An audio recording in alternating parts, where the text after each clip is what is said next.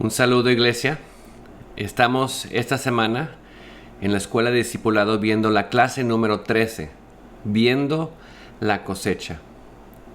Y es algo que Jesús llamó a sus discípulos y realmente los entrenó a que lo vieran. Y vamos a ver este proceso específicamente hoy en el libro de Juan capítulo 4. Para ver y entender este contexto que Jesús primeramente modeló, pero después también enseñó a sus discípulos. La semana pasada vamos a tener una perspectiva eterna, de ver las cosas de una manera diferente. Hablamos de que solamente había dos cosas que eran eternas: Dios y las almas, los seres humanos. Y cada uno de nosotros vamos a pasar la eternidad con Dios o separados de Él. Y por eso la semana pasada vimos la importancia de tener esa perspectiva eterna y ver a las personas que nos rodean como esas almas necesitadas de conocer al Señor y buscar ser usados por Dios para llevarles la palabra. Entonces, ya entendiendo y viendo esa perspectiva eterna, esta semana vemos el siguiente paso: ver la cosecha, ver de la manera que Jesús veía la cosecha que tenemos por delante. Entonces vamos a estar en Juan 4, pero antes de llegar a Juan 4 es importante que veamos el trasfondo de lo que va a hacer Jesús y va a enseñar y modelar a los discípulos. En Mateo 4, 17 al 22 vemos el llamamiento de Jesús a sus discípulos, básicamente cuando los llama que los sigan a Él. Y hay unas cosas muy importantes que notar, específicamente con el tema que vamos a ver hoy. El versículo 18 y 19 dice esto: Mientras Jesús caminaba junto al lago de Galilea, vio dos hermanos, Simón llamado Pedro y Andrés, que estaban echando la red al agua, pues eran pescadores. Jesús les dijo: síganme y yo haré de ustedes pescadores de hombres. Vemos un poquito más adelante, otros pescadores, los va llamando. Igual, es esta misma idea. Llama a estos pescadores y les dice que van a ser pescadores de hombres. Algo muy importante de lo que Jesús les dice de su propósito. Les dice que iban a ser pescadores de hombres. ¿A quién les dice esto? A hombres que ya eran pescadores, ya entendían el concepto de pescar, de buscar esos peces para traerlos. Entonces, algo que ellos ya entendían de este concepto, de esta imagen que Jesús les decía, era que para ser un pescador se necesitan dos cosas. Primeramente, saber o ir a donde están los peces. Y segundo, saber cómo pescar. Cuando Jesús viene con Simón en esa primera parte, le dice: echa la red. Simón sabía, no es el tiempo, no es el lugar y no es el tiempo para pescar. Los peces no salen en este momento. Él, como pescador, tenía en sí su práctica, ya sabía cómo pescar. Pero vemos que Jesús hace un milagro porque Él tiene ese poder. Pero en el ámbito común, un pescador sabe dónde están los peces y dónde ir, dónde es el mejor lugar para pescar. Entonces, primeramente, como pescadores, necesitaban saber esto, y la segunda era saber cómo pescar, cómo echar la red, cómo echar el anzuelo, cómo encontrar esos peces y cómo pescarlos. De la misma manera, nosotros como pescadores de hombres, necesitamos saber ir y dónde están los inconversos y ir a esos lugares, buscar lugares donde hay gente que necesita a Cristo. Después de ver esa perspectiva eterna, ahora ver esas personas necesitadas y ir a donde están los inconversos. La segunda es saber cómo conectarlos con Jesús. Y claro, en todo esto es tener esa perspectiva eterna y ver estas almas que necesitan, esas almas eternas que necesitan esa conexión, esa relación con Jesús. Entonces Jesús le dijo: síganme. Y en seguirlo iban a ser pescadores de hombres. Y es el tema de hoy, ver esa cosecha, ver cómo podemos y cómo entendemos esta parte de la cosecha y lo que Dios quiere que veamos y entendamos. Y vamos a ver el ejemplo que nos da Jesús al él ir dónde están los peces y cómo él pesca, cómo él es ese modelo de pescador de hombres, o en ese caso, una mujer, la mujer samaritana. Ahora sí, vamos a Juan capítulo 4. Juan capítulo 4. Y vamos a ver por qué era necesario que él pasara por Samaria. Y eso es lo que vemos en el principio de este capítulo. En Juan 4, del 1 al 9, vemos que Jesús dice lo siguiente: le era necesario pasar por Samaria. Era necesario. Dice así que fue a una ciudad llamada Sicar, la cual estaba junto a la heredad de Jacob, que le dio a su hijo José. Ahí estaba el pozo de Jacob. Y como Jesús estaba cansado del camino, se sentó ahí junto al pozo. Eran casi las 12 del día. ¿Por qué era necesario que él pasara por Samaria? Era importante. Ahora, si vemos un poquito de esta imagen en el mapa, aquí tenemos la tierra de Israel en el tiempo de Jesús. Tenemos aquí Jerusalén, aquí en el sur, y tenemos a la parte de Galilea. Ellos iban a Capernaum, a esta parte al norte del mar de Galilea. Y para ir ahí había dos caminos. Si los vemos aquí, el camino que es como verde, aquí que se ve, que baja de Jerusalén a Jericó, al valle. Y en este valle era un lugar plano que podían caminar, como que la frontera entre Samaria y la parte de Decápolis, las ciudades griegas.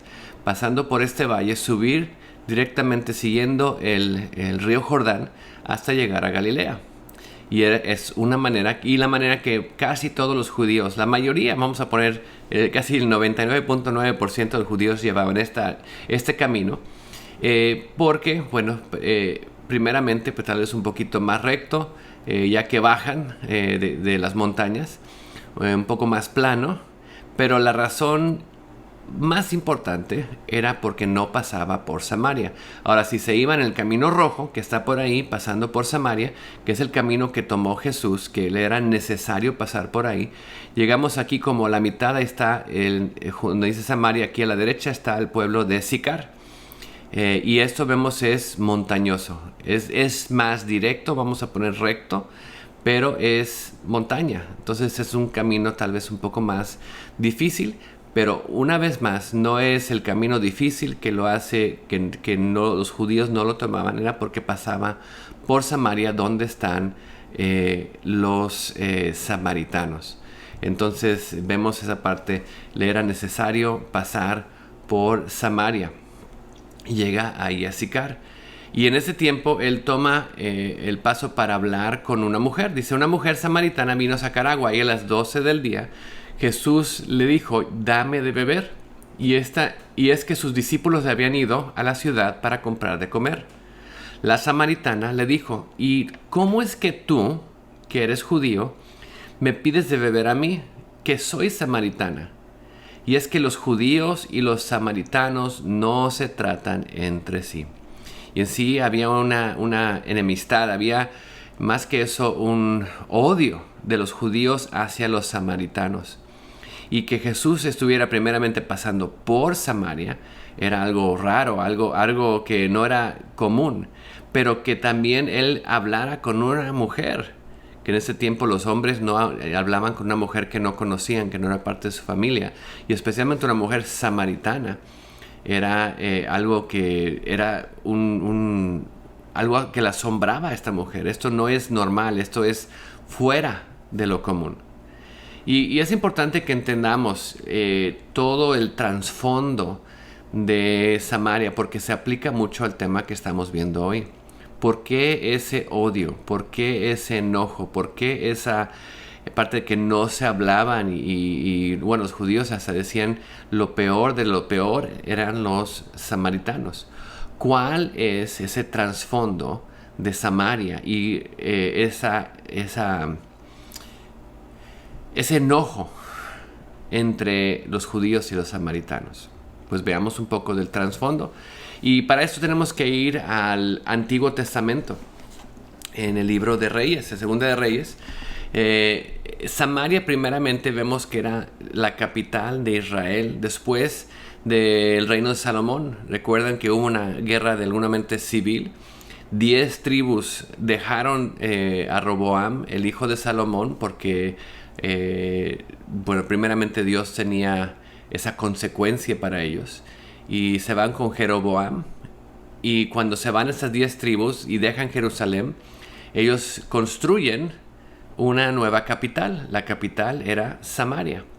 Y eso se hizo la capital de la nación de Israel, que estaba por un tiempo en guerra contra Judea. Judea era básicamente donde estaba Jerusalén, y las 2 tribus de Judá y de Benjamín estaban allá, separadas del resto de las tribus de Israel. Ahora, algo que vemos del pueblo de Israel, Israel no tuvo ningún buen rey. Todos los reyes de Israel eran malos, eran corruptos, y más que todo eran reyes que alejaban el pueblo de Dios. No querían que fueran a sacrificar en Jerusalén, entonces establecieron lugares de sacrificio, lugares pues de alguna manera adorar a Dios, aunque no era el Dios de Jehová. Pero adorar a dioses, pusieron becerros de oro, como lo hicieron los judíos al salir de Egipto, y empezaron sus propios sacerdotes a hacer una mezcla de su adoración a Dios con otras cosas. Pero vemos que al final Dios los juzga. Y si vamos a Segunda de Reyes 17, vamos a ver un poquito de lo que pasa aquí al fin de el reino de Israel, cuando es conquistado por Asiria. En Segunda de Reyes 17:5 dice ahí: desecharon los estatutos del Señor. Bueno, no, antes de eso dice: entonces el rey de Asiria invadió todo el país y subió a Samaria y le puso sitio por 3 años. Dice: en el año 9 de Oseas, el rey de Asiria tomó Samaria y se llevó a Israel al desierto en Asiria, y puso a Halal y a Bor junto al río de Gozán, en las ciudades de los medos. Y vemos, esto sucedió porque los hijos de Israel habían pecado contra el Señor su Dios, que los había sacado de la tierra de Egipto bajo la mano de Faraón, rey de Egipto, y habían reverenciado a otros dioses. Es lo que vemos aquí. Desecharon los estatutos del Señor y del pacto que los había hecho con sus antepasados, así como los testimonios que les había prescrito. Siguieron a dioses falsos, con lo que ellos mismos perdieron valor, y siguieron las naciones a su alrededor, a pesar del que el Señor les había mandado que no las imitaran. Entonces vemos, siguieron a todas estas naciones. Vemos un poquito más leyendo que los hijos de Israel, versículo 9, secretamente hicieron estas cosas que no eran rectas contra el Señor su Dios. Edificaron lugares altos en todas las ciudades, torres de atalayas hasta las ciudades fortificadas. Erigieron pilares sagrados y aceras sobre todos los montes altos y todo árbol frondoso. Todos los dioses paganos los siguieron. Quemaron incienso en los lugares altos, como naciones que el Señor había llevado al destierro de delante de ellos. Hicieron cosas malas provocando al Señor. Sirvieron a los ídolos, acerca de los cuales el Señor les había dicho: vosotros no haréis esto. Entonces vemos que siguieron a las naciones a su alrededor, aunque el Señor les había dicho no las imiten. Y el Señor los amonestaba, los mandó profeta tras profeta tras profeta.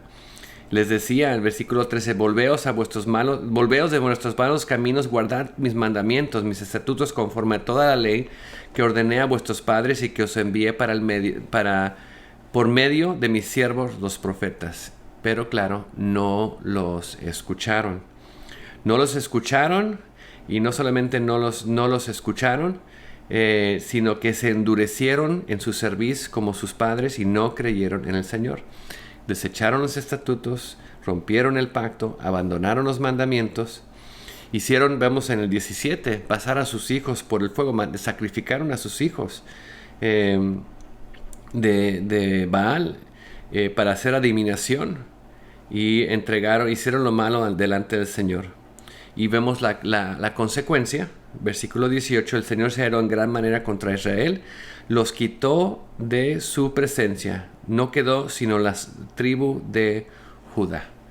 Los quitó de su presencia. Y vemos que Judá siguió en el mismo camino de que Israel había sido, pero básicamente vemos esa consecuencia porque se fueron detrás de estos dioses ajenos.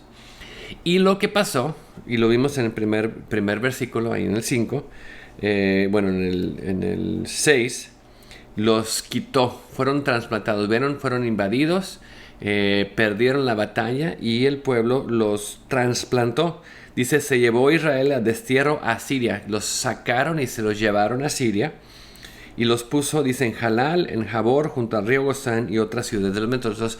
Los pusieron en el norte donde estaban los medos y se los llevaron. Y esa era una práctica que hacía Asiria para realmente romper su conexión con su tierra, su pueblo, su lugar natal. Los quitaban del lugar donde estaban, los ponían en otro lugar, y los que estaban en el otro lugar los trasplantaban y los ponían en el lugar donde estaba Israel. Entonces no solamente quitaron a los israelitas y los pusieron en otro lado, trajeron otros pueblos y los pusieron ahí en el lugar de Samaria. Entonces vemos que empezaron a haber otros pueblos ahí en Samaria. Entonces vemos aquí en el siguiente versículo 23, 24, dice, y el rey de Asiria trajo hombres de Babilonia, de Cuta, de Ábala, de Hamat, de Sefardim, y los puso en las ciudades de Samaria en lugar de los hijos de Israel, y tomaron posesión de Samaria y habitaron en sus ciudades. Entonces los pusieron a estas personas en las ciudades donde estaba Israel, donde se había estado, en Samaria. Y estas personas, dice, aconteció como al principio de habitar en ellos, no temieron al Señor, no siguieron al Señor. El Señor envió leones entre ellos y mataron a muchos. Entonces le hablaron al rey de Asiria diciendo, las naciones que has llevado al destierro en la ciudad de Samaria no conocen las costumbres del Señor, del Dios de la tierra, por eso han enviado leones entre ellos, y aquí los leones matan porque ellos no conocen las costumbres del Dios de la tierra. En este tiempo los pueblos tenían la idea de que cada lugar tenía su propio Dios. Entonces si tú llegabas a ese lugar tenías que honrar a ese Dios básicamente para no enojarlo. Pero ese Dios no tenía poder lejos de su tierra.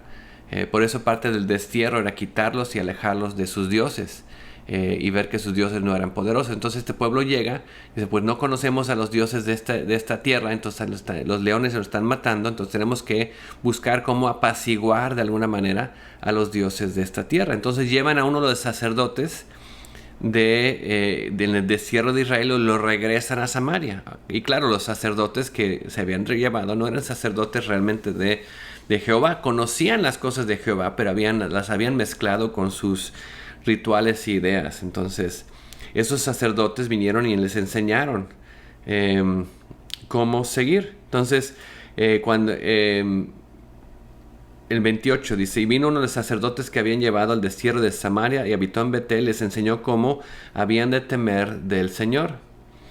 Pero cada nación continuó haciendo sus propios dioses y los pusieron en las casas de lugares altos de los que los samaritanos habían hecho, cada nación en las ciudades que habitaban. Y los da la lista, los hombres de Babilonia hicieron este dios, los hombres de Cuta este dios, y todos estos. Pero dice que también vemos ahí, como vemos en el pasaje que está aquí, y esto empieza en el versículo 32, dice, pero también esta gente también rendía culto al Señor. Así que del bajo pueblo designaron sacerdotes para que administraran en los altares de los montes, y estos ofrecían los sacrificios de esta gente en estos santuarios. Rendían culto al Señor, pero también honraban a sus dioses, como acostumbraban a hacerlo las naciones de donde habían sido tomadas. Estos pueblos temieron al Señor y al mismo tiempo sirvieron a sus ídolos. También sus hijos y sus nietos siguieron las prácticas de sus antepasados, y así lo hacen hasta el día de hoy. ¿Qué es el día de hoy? El tiempo de los samaritanos, el tiempo de Jesús. Entonces vemos lo que pasa cuando estas tribus son llevadas, trasplantan otros de afuera, que básicamente no son judíos, son babilonos, de diferentes lugares. Quedan algunos judíos de Israel, y claro, se mezclan, entonces es una mezcla de judío y no judío, Y no solamente una mezcla de personas, pero también tenemos los dioses, el Dios de Israel, Jehová, que se adoraba, que les enseñaron cómo hacerlo, pero sus otros dioses que traían igual mezclaron los otros dioses con el culto al Señor, básicamente honrando a Jehová. Y era una mezcla de religiones, de ideas, un poquito del Señor, un poquito de otras cosas. Y como vemos hoy en día, hay personas que hablan de Dios y el Dios del universo y que creemos en Dios, pero realmente es una idea de un Dios en su propia imagen, un Dios a su manera, no realmente el Dios de la Biblia. Y son personas que son muy espirituales y que creen en muchas cosas, creen en la reencarnación y en esto y en lo otro, pero realmente es una mezcla y realmente no saben lo que están adorando. Eso era Samaria. Entonces los odiaban porque no eran judíos o eran una mezcla de judíos, pero también porque adoraban a Jehová, pero en su propia manera, y habían metido muchos dioses y otras cosas falsas en su adoración.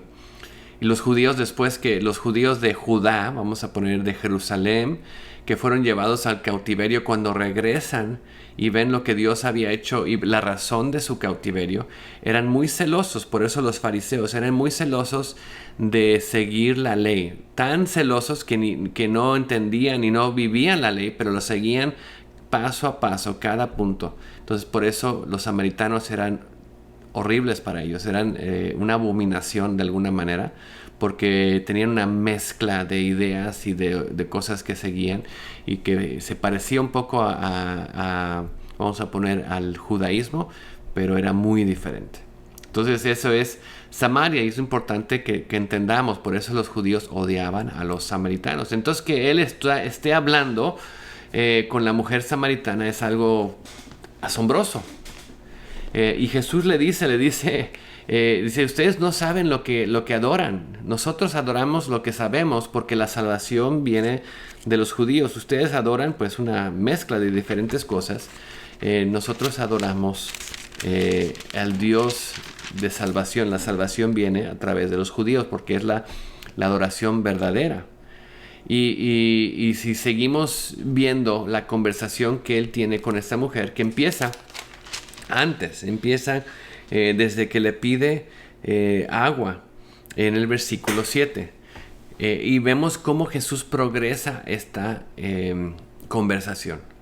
Lo primero que hace Jesús es llevar la conversación a algo natural. Están en un pozo, ella viene con un cántaro para sacar agua del pozo, y Jesús le dice, dame de beber. Empieza la conversación en lo temporal, en lo físico. Y es algo natural. Estás en un pozo, hay agua, tienes sed, dame de beber. Ahora la mujer se asombra que Jesús le está hablando, pero bueno, de todos modos es una conversación normal. Una conversación después que le dice, explica un poco lo que los discípulos han ido. La mujer se asombra, ¿por qué me pides a mí que bebas agua? Y el versículo 10 vemos que Jesús muy rápidamente lleva la conversación de lo natural a lo eterno. Y eso es lo que dice en el 10. Dice, respondiendo Jesús le dijo, si tú conocieres el don de Dios y de quién es el que te dice, dame de beber, tú le habrías pedido a él y él te hubiera dado agua viva. Mueve la conversación de lo natural a lo eterno. Y eso cuando vemos la cosecha, vemos la necesidad de ser pescadores de hombres, es algo que muy naturalmente podemos hacer.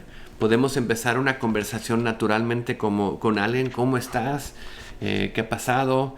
Y llevarlo naturalmente, llevarlo muy fácilmente a algo espiritual. Y eso es una clave muy importante que vemos aquí. Usar esa palabra de Dios para poder llevarlo de lo natural a lo espiritual. Ella responde, pues no entiende, ¿no? Ella no entiende de lo que dice Jesús. Dice, ¿cómo puede ser? Vemos ahí en el 11, le dijo, Señor, no tienes con qué sacarla y el pozo es muy hondo. ¿De dónde viene esta agua viva? No entiendo. Pero Jesús sigue, le dice, bueno, ella le dice, ¿acaso eres tú mayor que nuestro padre Jacob, que nos dio este pozo en el cual bebió él mismo y sus hijos y sus ganados? ¿Eres algo mayor? Claro, era algo mayor.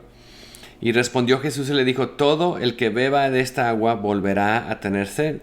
Pero el que beba del agua que yo le daré no tendrá sed jamás, sino que el agua que yo le daré se convertirá en él en una fuente de agua que brota para vida eterna. Entonces Jesús sigue y le lleva la palabra y entiende, esa agua es una agua viva, una agua que viene del Señor. Y empieza la mujer a ver que esta conversación que empezó en la natural es una conversación que muy rápidamente va creciendo a cosas espirituales. Es algo similar que pasó en Juan 3 con Nicodemo. En Juan 3 vemos que Nicodemo viene a Jesús, es un capítulo anterior a este. Y en Juan 3:1 dice, había un hombre de los fariseos llamado Nicodemo, prominente entre los judíos. Este vino a Jesús de noche y le dijo, Rabí, sabemos que has venido de Dios como maestro, porque nadie puede hacer las señales que tú haces si Dios no está con él. Y entendemos, queremos saber más. Y Jesús le dice, en verdad te digo que el que no nace de nuevo no puede ver el reino de Dios. Y ahí está otra vez Nicodemo, ¿cómo nacer de nuevo? ¿Cómo puedo nacer de nuevo? ¿Cómo puedo entrar en el vientre de mi madre y nacer de nuevo? No entiendo. Empieza en lo físico como ejemplo, pero se vuelve a lo espiritual. Y vemos esa misma pasa en la conversación con Nicodemo. Pero regresando aquí al 4 con la conversación con la mujer. Él usa la palabra de Dios y empieza a apuntarla hacia la palabra. Lo mismo con nosotros cuando hablamos con la gente que no conoce de Jesús, esos peces que estamos pescando y vamos a donde están ellos, como Jesús fue donde estaban los necesitados en Samaria con esta mujer. Empezamos en lo temporal, con la conversación. Podemos empezar con algo muy fácil. Y como, ¿qué piensas sobre las cosas eternas? ¿Vas a la iglesia? ¿Vas a alguna iglesia? Algo natural. Y luego empezar a movernos hacia lo espiritual. Y vemos esa necesidad de seguir al Señor. Ray Comfort en el Ministerio de Agua Viva, hablando del evangelismo, nos dice que hay muchas maneras. Él usa un billete de $1 millón. ¿Y quieres $1 millón? Sí, lo quiero. Y empieza a hablar con ellos sobre su necesidad del Señor, que es mucho más grande que ese billete de $1 millón. Es la vida eterna que les va a dar. Entonces, usando cosas naturales para llamar y captar la atención y llevarlos a las cosas espirituales. Esta mujer ya está interesada, esta mujer ya está preguntando qué está pasando y qué es lo que Jesús le quiere dar. Si vemos ahí en el 4, la mujer en el 15 le dice, Señor, dame de esa agua para que no tenga sed ni venga hasta aquí a sacarla. Y yo ya no quiero, dame esa agua para que nunca más tenga que venir a este pozo al mediodía. Y vemos la segunda cosa que Jesús hace. Después de usar la palabra, trae a la luz el pecado. Trae a la luz la situación de la vida de la mujer. En el versículo 16 Jesús le dice, ve, llama a tu marido y ven acá. Ahí está. El tema, la situación que para ella era algo difícil. La mujer le dice en el 17, no tengo marido. Jesús le dice, bien hecho, bien has dicho, no tengo marido porque 5 maridos has tenido y el que ahora tienes no es tu marido. En esto has dicho la verdad. 5 maridos, el de ahorita ni es marido. Y la mujer empieza a dar cuenta, este hombre sabe mi vida, conoce mi vida, sabe todo lo que está pasando. Y ella no lo conocía a él, y un judío, ¿cómo él va a saber las cosas de mi vida? Entonces Jesús trae a la luz el pecado y trae para que ella vea. Ahora, claro, la reacción normal de un ser humano cuando se habla la palabra, se ve la situación como ese espejo que enseña quiénes somos, que es la palabra de Dios. Cuando eso pasa, lo natural es buscar distracciones, buscar mover la conversación de ti, moverla hacia otro lado. Y la mujer hace lo mismo. La mujer responde, le dice, Señor, me parece que eres profeta. Ah, bueno, si eres profeta, contéstame esto, ¿no? Nuestros padres adoraron en este monte y vosotros decís que en Jerusalén es el lugar donde se debe adorar. Y como que tratando de distraerlo, ok, ya no hables de mí, háblame de este lugar, de adorar a Dios. Tú eres profeta, ¿es aquí o es en Jerusalén? Para que veas qué erróneo, qué equivocado estás, ¿no? Si hubiera dicho Jerusalén, dicho, no, ves aquí, nuestros padres adoraron aquí, ella creía que era ahí. Si hubiera dicho ahí, dice, pues tú eres judío, ¿cómo puedes decir eso, no? Entonces le estaba tratando de dar un problema a Jesús en su pregunta. Pero Jesús no cae por eso. Dice, mujer, créeme, la hora viene que cuando ni en este monte ni en Jerusalén van a adorar al Padre. Ya le dice otra vez, vosotros adoras lo que no conocen. Los samaritanos no conocían completamente a Dios, tenían una mezcla de creencias. Nosotros adoramos lo que conocemos porque la salvación viene de los judíos. Y dice, pero la hora viene y ahora es cuando los verdaderos adoradores adorarán al Padre en espíritu y en verdad, porque ciertamente a los tales el Padre busca que le adoren. Dios es espíritu y que los que le adoren deban adorarlo en espíritu y en verdad. Le evita esas distracciones, esas excusas. Y muchas veces lo que pasa en conversaciones cuando estamos hablando del Señor, pero ¿qué de esto y qué de otro? Y tratando de quitar la lupa, quitar la luz sobre el pecado y la persona, tratan de sacar otras cosas para distraernos. Pero lo que tenemos que siempre hacer es como Jesús hizo, apuntarlos hacia Jesús. Jesús les dice, va a haber este tiempo que van a adorar ni en esta parte ni en el otro, pero van a ser esos verdaderos adoradores que le adoran en espíritu y en verdad. La mujer le dice, sé que el Mesías viene. Otra pregunta para distraer. El que es llamado el Cristo. Cuando Él venga nos declarará todo. Bueno, cuando Él venga pues ya sabremos la verdad. Ahorita ni sabemos, ¿no? Pero Jesús le dice, como siempre apuntándoles, yo soy el que habla contigo. Yo soy el Mesías. Y la mujer se queda asombrada. Él es el que trae la verdad. Este hombre me está hablando a mí. Y vemos que inmediatamente su corazón es tocado, transformado. Y ella se rinde delante de Jesús. Acepta, porque vemos que muy rápidamente es convertida. Y vemos después de esta conversación, el resultado del encuentro, pues ¿qué es lo que pasa? Primeramente quiero que pensemos algo. Lo acabo de leer el pasaje, la conversación, cómo pasó. ¿Cuánto tiempo dura esta conversación? Pensemos en el pozo.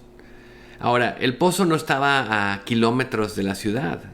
Una ciudad necesariamente necesita estar cerca de la fuente de agua. Entonces el pozo estaba cerca, o si no, de alguna manera conectado con el pueblo. Entonces los discípulos dejan a Jesús en el pozo y van a comprar comida. Esta conversación, cuando llega la mujer, tal vez los discípulos se iban de este lado, la mujer va por aquí y se cruzan y llega al pozo y empieza la conversación. ¿Cuánto puede tardar esa conversación de lo que acabamos de leer? Lo leí en 5 o 10 minutos.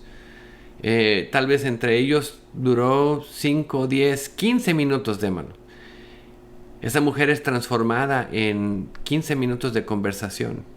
No es algo largo, no es algo tendido, no es algo que una explicación larga. Básicamente es entendiendo la palabra de Dios. La palabra de Dios habla a su corazón, a su vida, apuntándola hacia el pecado. Ella trata de mover la conversación, pero le dice, no, yo soy el Cristo. Y esta mujer, convencida de su pecado, esta mujer viene, aunque trató de hacer excusas, viene y se rinde a Él. No es una conversación larga, pero es una conversación que transforma a esta mujer. Jesús pesca a esta mujer. Y vemos algo interesante. Si seguimos viendo los siguientes versículos, sus discípulos regresan y se están preguntando, ¿qué pasó? Ella cree y en 15 minutos después, porque va de ahí al pueblo tal vez y empieza a hablar con las personas y les dice, veamos lo que dice el 27 al 30, dice, llegaron los discípulos, se admiraron que hablaba con una mujer. Claro, ellos también dicen, ¿cómo está hablando con una mujer y samaritana, no? Pero ninguno le preguntó qué tratas de averiguar, qué tratas de averiguar o por qué hablas con ella. Ellos no estaban, aunque no querían por qué, bueno, no vamos a preguntarle a Jesús porque él tiene su propósito, por qué hablas con él. La mujer dejó su cántaro, se fue a la ciudad y le dijo a los hombres. Entonces salió y empezó a testificar, empezó a evangelizar. Y algo que nos debería llamar la atención, ella apenas convertida, 15 minutos después estaba evangelizando. ¿Qué excusa tenemos nosotros de no evangelizar? ¿Qué excusa tenemos nosotros de no dar testimonio de lo que Dios ha hecho en nuestras vidas? Recordemos, tenemos que tener esa perspectiva eterna. Tenemos que ver que Jesús nos ha llamado igual a los discípulos a ser pescadores de hombres, porque hay, como dijimos, dos cosas que son eternas: Dios y las almas de los seres humanos, y vamos a estar o cerca y con Él por la eternidad o separados de Él. Entonces nos debe llamar a dar testimonio de la verdad que tenemos. Entonces la mujer le dice, bueno, se dejó la ciudad, fue a hablar a los hombres. 29 dice: venid a ver a un hombre que me ha dicho todo lo que he hecho. ¿No será este el Cristo? Y salieron de la ciudad e iban a él. Entonces ellos van, ella testifica, da testimonio, y cuando ellos escuchan, ellos regresan. También no pasó mucho tiempo. Los discípulos están ahí mientras tanto, dice el 31. Los discípulos le rogaban: Rabí, come algo, ya trajimos comida. Y vemos esa segunda parte. Y Jesús les responde: yo tengo para comer una comida que vosotros no sabéis. Los discípulos entonces decían entre sí: ¿le habrá traído alguien algo de comer? Y Jesús les dice: mi comida es hacer la voluntad del que me envió y llevar a cabo su obra. Básicamente esa comida espiritual, eso que me nutre, que crece y transforma mi vida, es esa comida espiritual. Es hacer la voluntad del que me envió y llevar a cabo su obra. Eso debería ser el llamado, el deseo de cada uno de nosotros. Esa comida espiritual, hacer la voluntad del que nos llamó, el que nos ha enviado a llevar a cabo su obra, que es Jesús. Vayan y hagan discípulos a todas las naciones y bautícenlos en el nombre del Padre, del Hijo y del Espíritu Santo, enseñándoles todas las cosas que os he dado, y yo estaré con ustedes hasta el fin del mundo. Amén. Vayan y hagan discípulos en Jerusalén, en Judea, en Samaria está, y hasta el fin del mundo. Vayan y hagan discípulos. Y esto debe ser igual nuestro objetivo en el llamado de Jesús a nuestra vida. Ahí en Juan 4:35 les dice algo muy importante. Y lo mismo nos dice a cada uno de nosotros. Dice: ¿no decís vosotros, todavía faltan 4 meses y después viene la siega? He aquí yo os digo: alzad vuestros ojos y ved los campos, que ya están blancos para la siega. Y ahí está: vean la cosecha. Alcen los ojos, vean. Y en ese momento, ¿qué estaba pasando? Le está diciendo a los discípulos: alcen los ojos y vean la cosecha. Y levantan los ojos y que ven todo el pueblo samaritano viniendo hacia ellos. Ahí está la cosecha. Vean, ellos son estos samaritanos que ustedes odian, estos samaritanos que nadie quiere. Estos son la cosecha, son los que te necesitan, porque su búsqueda de Dios es una mezcla de un poco de Dios, un poco del mundo, un poco de los ídolos. Y ustedes traen la respuesta, ustedes traen la verdad que ellos necesitan. Levanten los ojos y vean la cosecha que los rodea. Ya están blancos, listos, pero tenemos que obedecer y hablar y ir. Jesús sigue hablando con ellos. Dice: ya el segador recibe el salario, recoge fruto para vida eterna, para el que siembra se regocije juntamente con el que ciega. Algunos segamos, algunos plantamos esa semilla, otros cosechamos esa semilla.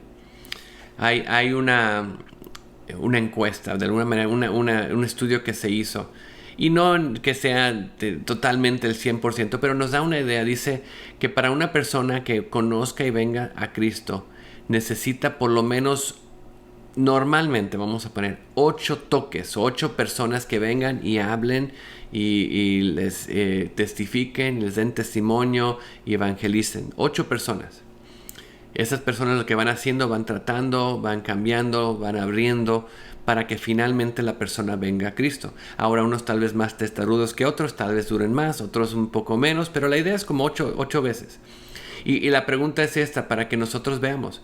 Nunca sabes si tú vas a ser la primera persona que planta la semilla o tal vez la octava persona, que básicamente otras personas han hablado en la vida de esta persona una y otra vez.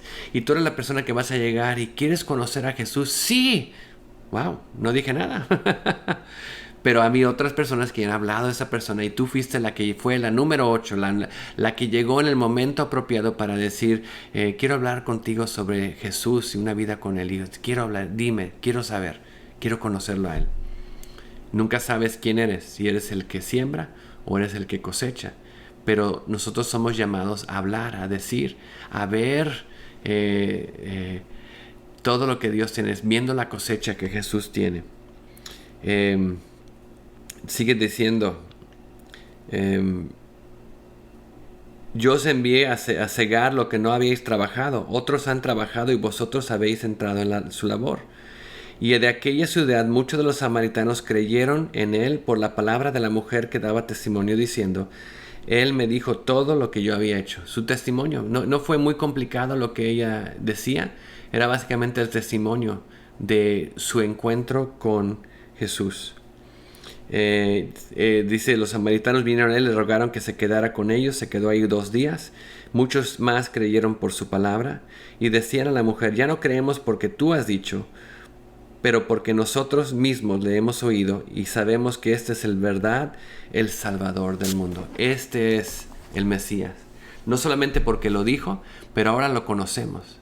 Entonces vemos que realmente al empezar a conocer a Cristo, empezamos a cambiar y ver esa verdad que Él nos ha dado. Y es algo que vemos reflejado, esa idea de ver la cosecha, entender la cosecha. Es lo mismo que hizo Dios con nosotros. Juan 3, 16 al 17. Vimos lo de Nicodemo, pero Jesús nos da, y este es el versículo, vamos a ver, más conocido de la Biblia. El versículo que muchas veces de alguna manera resume la Biblia. Juan 3, 16 dice lo siguiente. Ahí está. Dice, porque de tal manera amó Dios al mundo que dio a su Hijo unigénito para todo aquel que en él cree no se pierda, mas tenga vida eterna. Dios dio a su Hijo. ¿Dónde fue Dios? ¿Dónde mandó a su Hijo? Donde estaban los que necesitaban, los que estaban muertos en sus pecados. Y lo mandó por amor. Y cómo nos cambió, cómo nos transformó, dio su vida para pagar el precio. Y ahora, ¿cómo debemos responder? Dice el 17. Porque Dios no envió a su Hijo al mundo a juzgar al mundo, sino para que el mundo sea salvo por medio de él, a través de Jesús. Y vemos que Jesús vino a pescar, vino a dar su vida por nosotros, para que pudiéramos ver la cosecha. Y el resultado, claro, fue la salvación de cada uno de nosotros. Cristo viniendo y transformando y cambiando nuestra vida. Entonces es importante que veamos y entendamos la cosecha. Y terminamos con esto. Hemos estado viendo en las últimas semanas este versículo hablando de pies hermosos. Romanos 10, del 8 al 15. ¿Cómo oirán si nadie les predica, si nadie les enseña?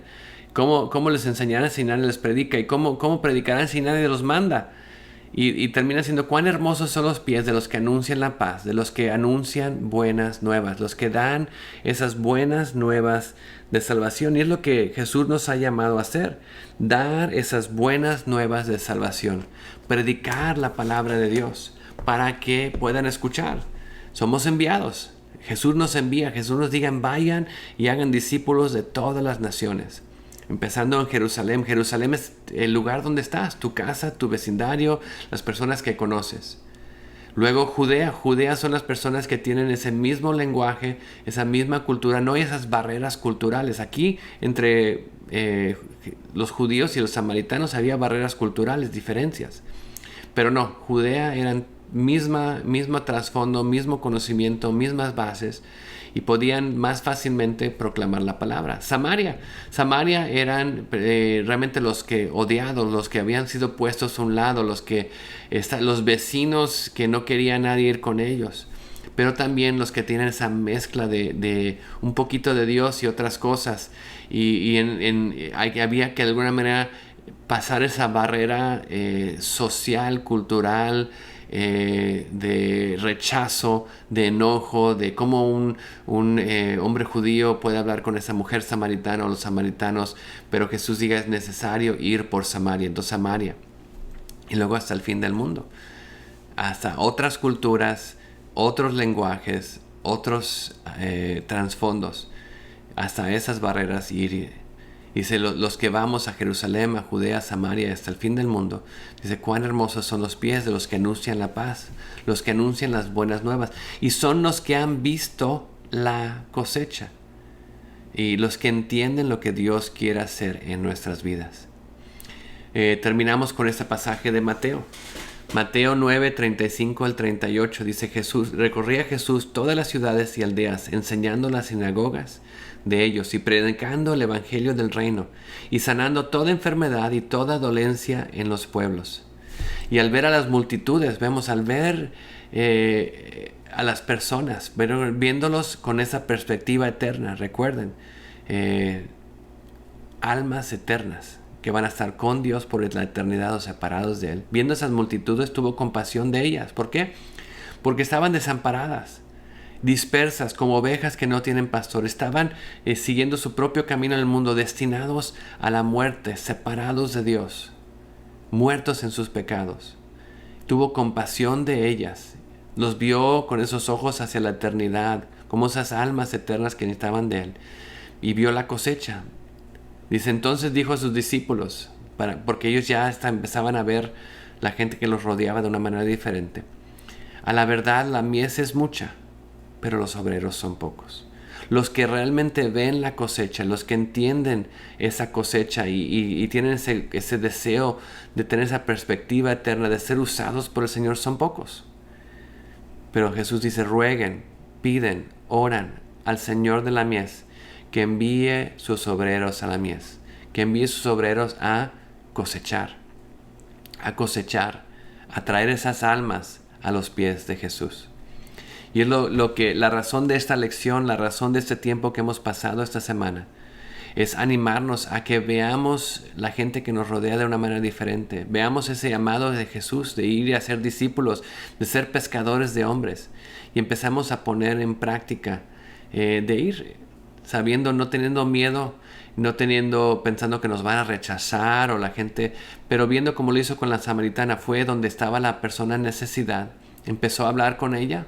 Empezó a hablar de lo terrenal, una conversación que rápidamente movió a la parte espiritual. Usó la palabra de Dios, por eso otra vez es importante conocer la palabra de Dios. Habló del pecado, de la separación, y aunque hubo intentos a distraer, siempre apuntó hacia Jesús. Y claro, nosotros no es nuestro trabajo cambiar el corazón de la persona, pero lo que sí hacemos es presentar el Evangelio. Y dejamos que el Espíritu Santo, que Jesús mismo, toque el corazón y transforme su corazón. Esa es la obra del Espíritu Santo, no nuestra. Nosotros es hablar, es llevar ese testimonio, ver la cosecha y ver cómo Dios hace la obra en la vida de la persona. Recuerden, no sabemos si somos la primera persona que habla con ellos, o la octava, o la décima, la que ya es la que va a traerlo al Señor. Pero nuestro trabajo, nuestro llamado es ir, es hablar, es ser esos trabajadores de ir y que veamos la cosecha, veamos lo que Dios quiere hacer y tengamos esos pies hermosos, los pies que anuncian la paz, que anuncian las buenas nuevas. Iglesia, hemos sido llamados a dar las buenas nuevas de salvación a un mundo perdido. No los pongamos a un lado, no menospreciemos ese llamado, no nos distraigamos con otras cosas, pero reconozcamos que el llamado de Jesús en nuestras vidas es ir y hacer discípulos. Id y haced discípulos. Vayamos, veamos la cosecha. Que Dios los bendiga, que Dios los guarde y sigamos esa obra de conocer más de cómo llevar esas buenas nuevas de Cristo a los demás.